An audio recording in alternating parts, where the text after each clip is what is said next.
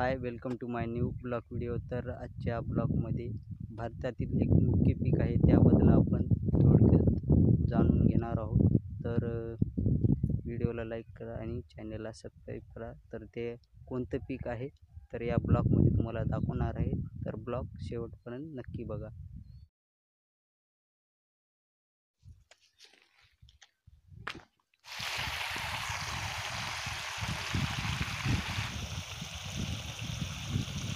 तर तुम्ही ओळखलंच असेल की कोणतं पीक आहे.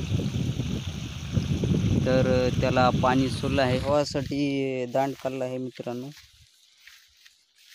याला शेतकऱ्याचा रामसेतू सुद्धा म्हणल्या जाते. खरं सांगायचं म्हटलं तर मित्रांनो, शेतकऱ्याचा रामसेतू सारखाच आहे. शेवटपर्यंत पाणी होईपर्यंत फुटत नाही. अरे झूठ बोल रहा है, ये झूठ बोल रहा है.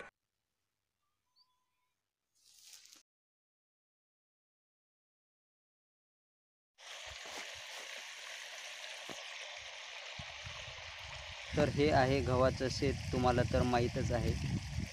गव्हाच्या शेतीबद्दल सांगायचं झालं तर ऑक्टोबर या नोव्हेंबरमध्ये पेरणी केली जाते आणि भारतामधलं मुख्य पीक गहूला मानलं जाते.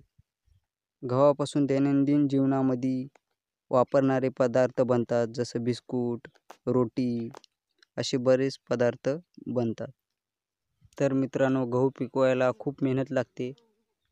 4 ते 5 वेळेस पाणी द्यावं लागते, तर गहू येतो. क्या क्या बात कर रहे हैं? किंवा शेतकऱ्याची किंवा शेतमजुराची डेली लाईफ किंवा डेली वर्क म्हणू शकता.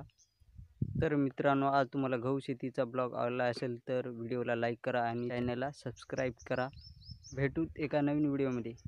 Bye bye.